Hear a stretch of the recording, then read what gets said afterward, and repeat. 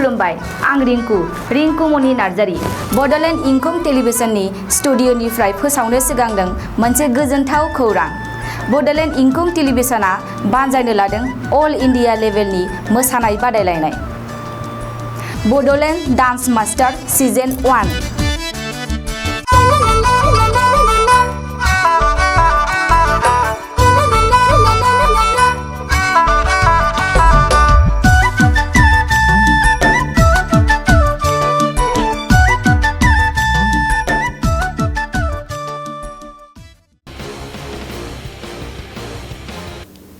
खुलुमबाय, बेयो बड'लेण्ड इंखं टेलिभिजन। दिनैनि रादाबखौ फरायदों आं किंकन मुसाहारि। दिनैनि गाहाय रादाबफ्राव दं। दिनै बिजनी हालामाव गभर्नर जगदीश मुखीनि आगान। गोदानै सायख'जानाय आसामनि साफ्रोमबो रायजो सभा एमपिफोरखौ सांसदारि कमिटिनि सोद्रोमा थिसनबाय। सन्दीप बसुमतारिया फोरमान होनो हायाब्ला आयेननि राहा लानो इउपिपिएलनि हुमखि। क'क्राझार जिल्ला बेंगिरि मावख'खौ सिल खालामबाय। सुन्दारि बाजाराव गिख्रंथाव अर खामदों। लकडाउननि समाव फैगौ 30 आरो 31 जुलाइआव साननैनि थाखाय गुबुन जिल्लाफोराव थांलाय फैलाय खालामनो हागोन। गाहाय मन्त्रि नरेन्द्र मोदीआ दिनै लादाखनि गिबि मिरु फुं फरायसालि बान्था होदों, जेरावहाय बौद्ध धोरोमनि फरायसं मिरु थागोन। बड'लेण्ड इंखं टेलिभिजननि हान्जाखौ गाग्लोबदों। दानिया आबुं रादाब। दिनै सानजौफु समाव आसामनि गभर्नर प्रफेसार जगदीश मुखीआ चिरां जिल्लानि बिजनी हालामाव दावबायफैयो आरो बिजनी हालामनि माखासे ओनसोलाव दैबाना लोमसावनायजों हालाय-हाफाय जानांनानै रैखाथि बादाफोराव थानांनाय सुबुंफोरनि थासारिनि बागै खौरां लाफैदों। रायजो बेंगिरि प्रफेसार जगदीश मुखीआ दैबाना लोमसावनाय आरो खुरखानाय ओनसोलफोरखौबो नायदिंहोफैदों।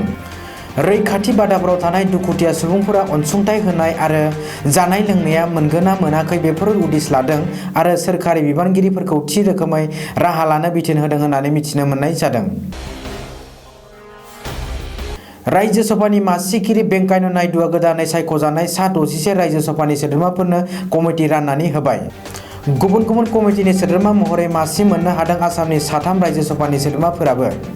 मख'नो गोनांदि कर'ना भाइरासनि अलखदनि सिगांनो हादरगिरि रामनाथ क'विन्दजों सायख'जानाय आगु सिजिआइ रन्जन गगैखौबो मोनसे कमिटिनि सोद्रोमा थिसनदों। वेंकैया नायडुआ फोसावनाय फारिलाइ बायदियै रन्जन गगैखौ बायजोआरि मन्त्रालयनि संसदारि कमिटिनि सोद्रोमा थिसनो। अदेबानि रन्जन गगैनाव आयेननि बागै नांगौ बायदि गियान थासेयावबो आयेन मन्त्रालयनि सोलाय बायजोआरि मन्त्रालयनि सोद्रोमा थिसननाय जायो। ओरैहाय गिबि खेबनि थाखाय बिजेपिनिफ्राय रायजो सभासिम सायख'जानाय फुबनेस्वर कलिताखौ सुबुं सम्पद मन्त्रालयनि संसदारि कमिटिनि सोद्रोमा आरो बिपिएफनिफ्राय सायख'जानाय बिस्वजित दैमारिखौ समाजारि जेंना सुस्रांग्रा कमिटिनि सोद्रोमा महरै थिसननाय जायो। मख'नो गोनांदि थांनाय 22 जुलाइ खालि समायखिरा लाहोयि आरो आसामनिफ्राय गिबि खेबनि थाखाय रायजो सभायाव सायख'जानाय अजित कुमार भुयाखौ गोहो एबा मोब्लिब बिफाननि सोद्रोमा महरै थिसननाय जायो होननानै मिथिनो हादों। नाथाय अजित कुमार भुयाया समायखिरा लायागौमानि कमिटिनि मोनसेबो जथुमाव बाहागो लानो मोननाय नङा। गयबारि बिपिएफनि बिजाथि सन्दीप बसुमतारिया गावनि हेंथा बिजाथि आरो इउपिपिएलनि आफादगिरि प्रमद बर'नि हेंथा लुथिनाय आरो जाख्ल'नायनि अजद होनायनि फोरमान बिदों इउपिपिएल दोलोआ। बबेखानि सन्दीप बसुमतारिया प्रमद बर'नि हेंथायै फोरमान होनो हायाब्ला आयेननि राहा लानाय जागोन होननानै इउपिपिएलआ क'क्राझाराव खौरांगिरि मेल खुंना बुंदों।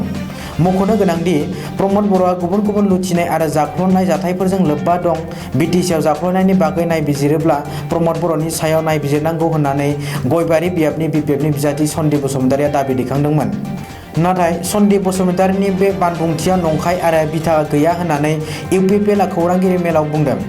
बबेखानि जायनि आखायाव गोहो थायो, जायनि आखायाव फान्ड थायो आरो जायनि आखायाव आसनिफोर थायो, बिसोरसो लुथिनाय आरो जाख्ल'नो हायो।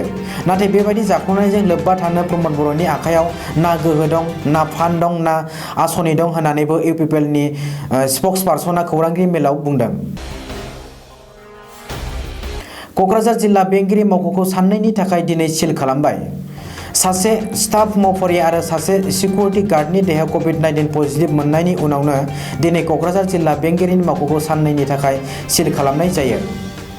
बेनि बागै क'क्राझारनि जिल्ला बेंगिरि भास्कर फुकना सुलुङाव फोरमायथिनाय बादिब्ला जिल्ला बेंगिरि मावख'खौ सेनिटाइजार खालामनो आरो फोसाबनो जुनै साननैनि थाखाय सिल खालामनाय जादों।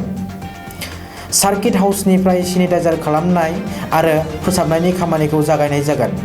बबेखानि जिल्ला बेंगिरि मावख'नि गासैबो स्टाफ मावफारियाफोरनिफ्राय सावस्रि मावफारियाफोरा कभिड-19 टेस्ट खालामनो थाखाय स्वेब सेम्पोल लांनाय जायो होन्नानैबो मिथिनो हादों। रिपर्टनि बादिब्ला दिनै सानसेनि गेजेरावनो क'क्राझार जिल्लायाव सा 46 सुबुंनि देहायाव गोदानै कभिड-19 पजिटिभ मोननो हादों आरो बे जाथाया क'क्राझार जिल्लायाव बयखौबो समखिखांहोदों।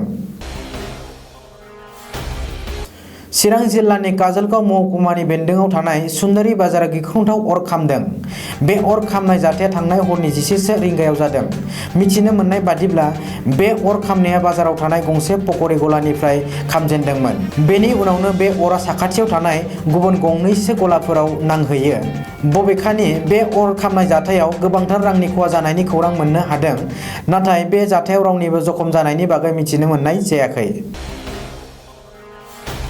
आथिखालाव आसाम रायजोआरि अलखद नोजोरगिरिया कर'ना सन्देरनाय बेरामखौ बिथा खालामनानै मोनसे जिल्लानिफ्राय गुबुन मोनसे जिल्लायाव बेरायहैनो एबा गावबा गावनि जिल्लाखौ नागारनानै गुबुन जिल्लायाव थांनो मोना होननानै फोसावदोंमोन।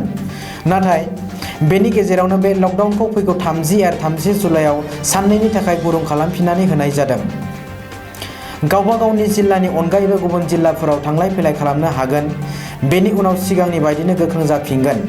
बे बिथोनखौ आसामनि चिफ सेक्रेटारि कुमार सन्जय कृष्णआ गावनि मावख'निफ्राय मावख'आरि बिथोन फोसावफिनदों। दिनै गाहाय मन्त्रि नरेन्द्र मोदीआ भारतनि गदायसिनै सोरजिजानाय इउनियन टेरिटरि लादाखनो गंसे मिरुफुं फरायसालि बान्था होनायनि बाथ्राखौ फोसावो। बेयो लादाखफोरनि थाखाय जोबोर गोजोनथाव खौरां। बे मिरुफुं फरायसालिनि गोनांथार बिथिंआनो जाबाय गुबुन सोलोंथाइ बिफानफोरनि अनगायैबो मैखोमै बुद्ध धोरोमनि मोनसे फरायसं मिरु थागोन। बेवहाय लादाखनि गोबां हारि-हारिसाफोर, गेलुगु आरो कगायु हारिसाफोरा गावसोरनि बुद्ध धोरोमनि सोमोन्दै फरायसंनो खाबु मोनसिगोन। सुलुङाव मिथिनो मोननाय बादिब्ला थांनाय बोसोरनि 5 आगस्तखालि लादाख ओनसोलखौ जम्मु काश्मीरनिफ्राय बोखावनानै आलादा मिरु बेंजानाय ओनसोल महर होनो भारतनि पार्लियामेन्टआव थांखि दैखाङो आरो फिथाइ बायदियै दिनै बे गावनि बे महर आरो सिनायथिखौ मोननो हायो। गुबुन फारसेथिंजाय जम्मु काश्मीराबो गुबुन गंसे आलादा मिरु बेंजा ओनसोलनि सिनायथि मोननो हायो। बड'लेण्ड इंखं टेलिभिजननि हान्जाखौ दुथांफोरा गाग्लोबदों। थांनाय बुधबार खालि बड'लेण्ड इंखं टेलिभिजननि गाहाय सामलाय सुजुगिरि राजेन बसुमतारिनि दैदेननायाव बड'लेण्ड हालामाव दैबाना, कर'नानि जुनै लकडाउन, बड'लेण्ड खुंथाया रायजो बेंगिरिनि आखायाव थानांनाय उननिफ्राय राइजोफोरनि अलखद, बड'लेण्ड बिसायख'थिनि असिला लानानै मडेल कड अफ कन्डाक्ट आरो बायदि बायदि आयदा लानानै बड'लेण्डनि सुबुंफोरा सैज्य खालामफुनांनाय थासारिनि बागै खौरां बुथुमबाय दंमोन बड'लेण्ड इंखं टेलिभिजननि हान्जाया। बेबायदि समाव दुथांफोरा गाग्लोबो बड'लेण्ड इंखं टेलिभिजननि हान्जाखौ। बबेखानि दुथांफोरा गाग्लोबनाय जाथायजों मोगा-मोगि जानाय बड'लेण्ड इंखं टेलिभिजननि हान्जाया खुनुरुखुमै जायखारना फैनो हायो। बे बिथिङाव जायगायावनो थानाय सानैसो सुबुङा बड'लेण्ड इंखं टेलिभिजननि हान्जाखौ आनज्रायनायनि खाबु खालामनानै होदोंमोन। बे जाथायजों लोब्बा लानाय बड'लेण्ड इंखं टेलिभिजननि हान्जानि रावबो जखम एबा दुखु मोननाय जायाखै। मख'नो गोनांदि सान्तिपुर बाजार सकआव थुबुर जानाय मानसिफोरा गासैबो बर' नङै सुबुंफोर गोजामोन। बड'लेण्ड इंखं टेलिभिजननि हान्जाया सान्तिपुर बाजार सक सौहैनाय समाव सुबुंनि थुबुर नुनानै आथिखाल थासारियाव बै हालामनि सुबुंफोरा सैज्य खालामनांगौ जानाय आयदानि सायाव मोगा-मोगि लानो थामथिम खालामनाय जादोंमोन।